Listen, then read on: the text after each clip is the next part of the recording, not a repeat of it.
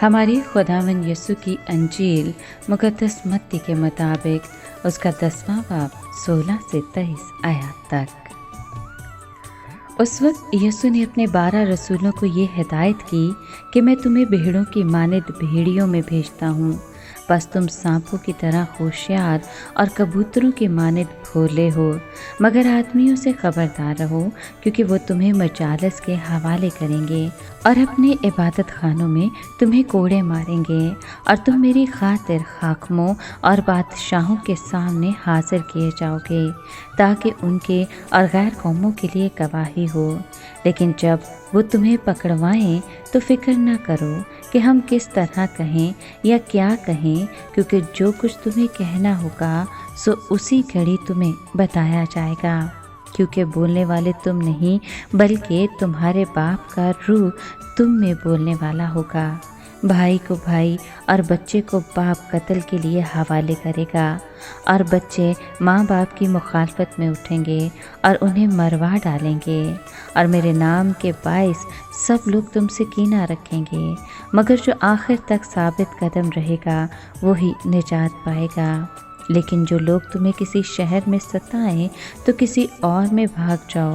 मैं तुमसे सच कहता हूँ कि तुम इसराइल के शहर में ना फिर चुकोगे कि इब्ने इंसान आ जाएगा।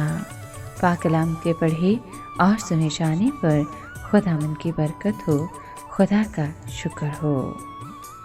अजीज दोस्तों, जब यीशु मसीह ने रसूलों को 2-2 करके मनादी के काम में भेजा तो उन्होंने उनको हदायतें देने के साथ साथ ये भी बताया कि उनकी मुखालफत की जाएगी।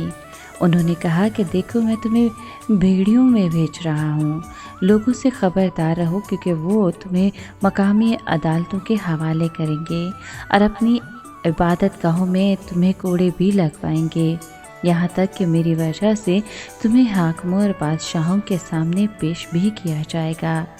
लिहाजा यीशु मसीह के पैरोकारों को तवक्को करनी चाहिए थी कि उन्हें अज़ियत पहुंचाई जाएगी, मगर वो यीशु के इस वादे से हिम्मत पा सकते हैं कि जब वो गिरफ्तार हो जाएंगे तो इस बात की फ़िक्र ना करें कि वो क्या कहेंगे और कैसे कहेंगे।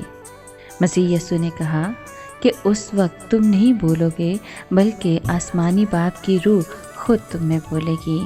यीशु मसीह ने यह भी कहा कि तब भाई अपने भाई को और बाप अपने बेटे को मरवाने के लिए पकड़वाएगा, और बच्चे अपने वालिदैन के खिलाफ खड़े होंगे। यीशु मसीह ने अपने 12 रसूलों को बहुत अच्छी तरबियत दी ताकि वो मौसर तरीके से मनादी का काम सर अंजाम दें, लेकिन उन्होंने इस मौके पर जो हदायतें और आगाहियाँ दी वो सिर्फ रसूलों के लिए नहीं, बल्कि उन सब के लिए थी जिन्होंने आइंदा भी बादशाहत की मनादी करनी थी।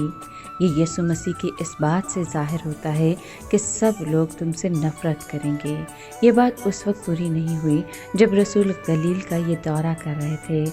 उस वक्त उन्हें हाकिमों और बादशाहों के सामने भी पेश नहीं किया गया, और उनके रिश्तेदारों ने भी उन्हें मरवाने के लिए नहीं पकड़वाया।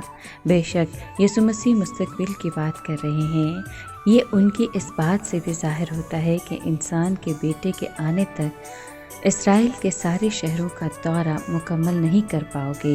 ये यीशु ने कहा था कि उनके पैरोकार बादशाहत की मनादी करने का काम मुकम्मल भी नहीं कर पाएंगे कि यीशु मसीह खुदा के मुकर्रर बादशाह और मुनसिफ के तौर पर आ जाएंगे।